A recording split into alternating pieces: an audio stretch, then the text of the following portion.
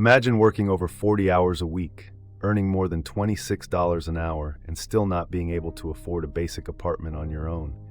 No lavish lifestyle, no expensive habits, just a roof over your head, and the math simply does not work. That is the reality one Amazon driver is living right now, and honestly, it is the reality millions of Americans are quietly facing every single day. So today we're going to break down exactly what is happening, why it is happening, and most importantly, what you can actually do about it. Let us set the scene. A delivery driver working for Amazon is pulling in $26.25 an hour. On paper, that sounds pretty solid. That is above minimum wage in most states. That is above what a lot of entry-level office jobs pay. For a lot of people, that number would feel like a win. But here's where it starts to fall apart.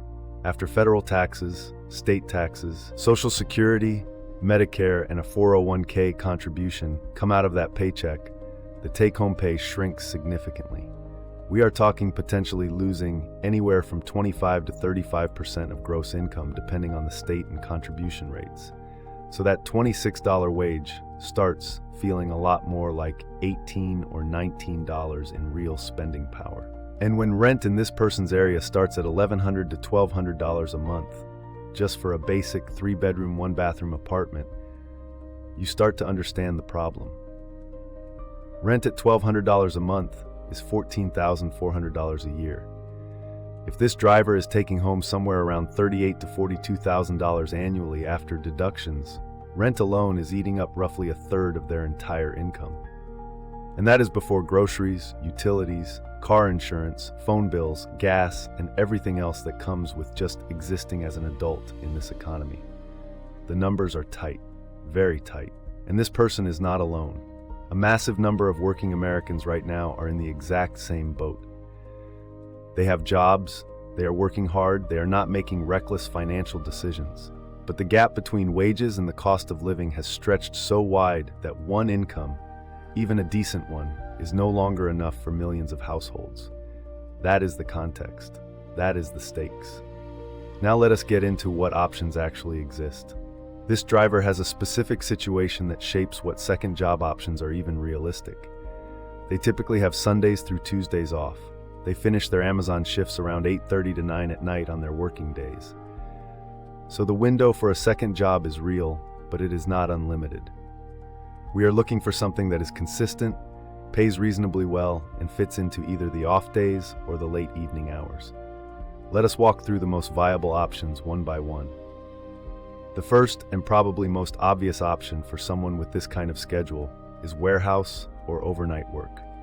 Many distribution centers, fulfillment facilities, and manufacturing plants run overnight shifts that start around 10 or 11 at night and run until 6 or 7 in the morning. On the days this driver is already working, they could technically work a late night shift after finishing their Amazon route, though that is genuinely grueling and not sustainable long-term without serious health consequences. However, on their off days, Sunday, Monday, and Tuesday, overnight shifts become much more manageable. Pay for overnight warehouse work typically ranges from $16 to $22 an hour, and many facilities offer a night shift differential that bumps the rate up even further. It is not glamorous, but it is consistent, and it pays.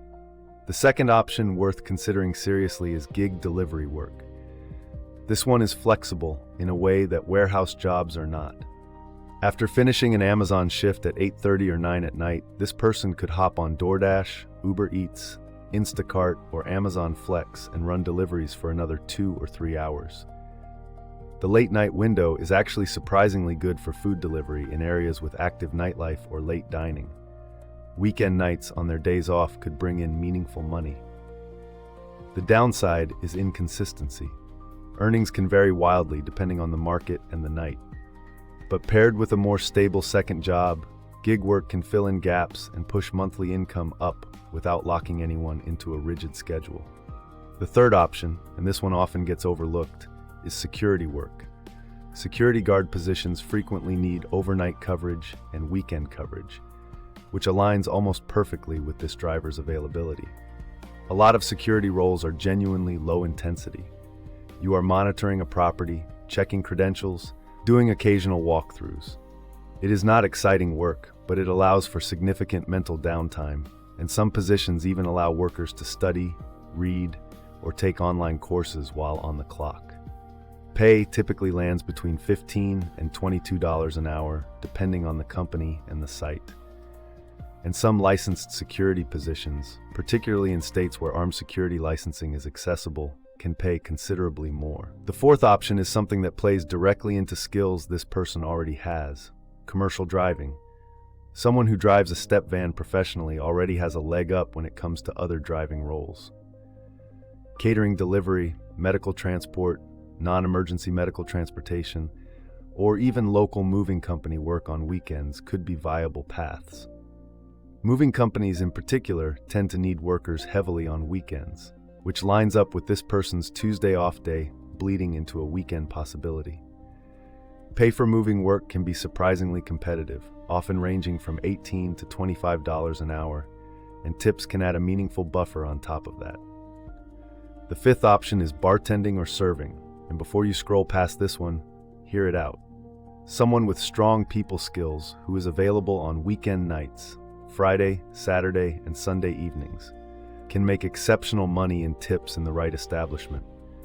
A busy bar or restaurant in even a mid-sized city can see servers and bartenders clearing $200 to $400 in a single Friday or Saturday night shift when tips are factored in. Sunday brunch shifts are also extremely lucrative in many markets. The barrier to entry is low for serving and moderate for bartending. Some places will train you, others want prior experience. But if this person can land a weekend night bar or restaurant job, the hourly equivalent when tips are included often blows most other second job options out of the water. Now let us talk about something bigger, because second jobs are a short-term pressure valve, not a long-term solution. The root issue here is that rent is consuming too large a percentage of income. There are a few ways to attack that problem beyond just earning more money. The first is roommates. A 3-bedroom apartment starting at $1,200 a month, split 2 or 3 ways, drops that individual burden dramatically. Even splitting with one other person cuts rent exposure nearly in half.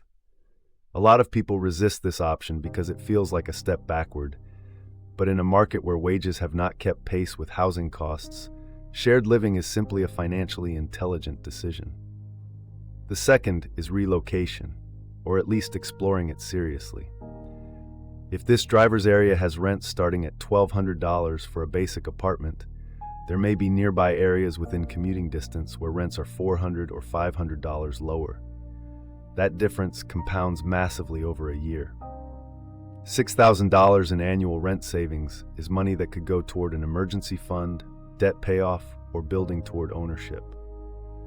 The third longer-term play is leveraging the CDL pathway. Amazon step van drivers are already in a universe adjacent to commercial driving. Pursuing a commercial driver's license opens doors to regional and long-haul trucking, where drivers regularly earn $60,000 to $90,000 a year and above. Some trucking companies will sponsor CDL training costs in exchange for a commitment period. That is a career upgrade path that could eliminate the need for a second job entirely within 2 to 3 years. Here's what this whole situation teaches us, and it applies whether you are an Amazon driver, a warehouse worker, a nurse, a teacher, or anyone else grinding through a paycheck that does not quite stretch far enough. The cost of living crisis is real. Working hard is no longer a guaranteed path to comfort on its own. You have to be strategic. You have to layer income streams. You have to look at every expense category and ask where the biggest leverage points are.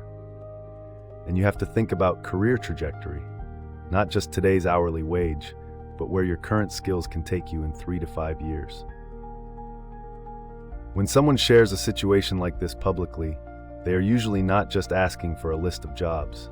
They are asking if they are missing something. They are asking if there is a path forward. And the answer is yes, but it requires intentional choices, not just more hours worked. Explore the jobs that fit your specific schedule. Use the gig economy as a bridge, not a destination.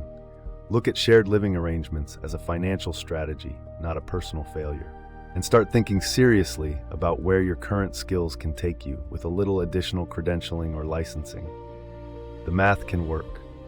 It just requires building it intentionally. If you have ever found yourself in a situation where your income simply was not matching your cost of living, where you were doing everything right and it still was not enough, drop your experience in the comments. We read every single one.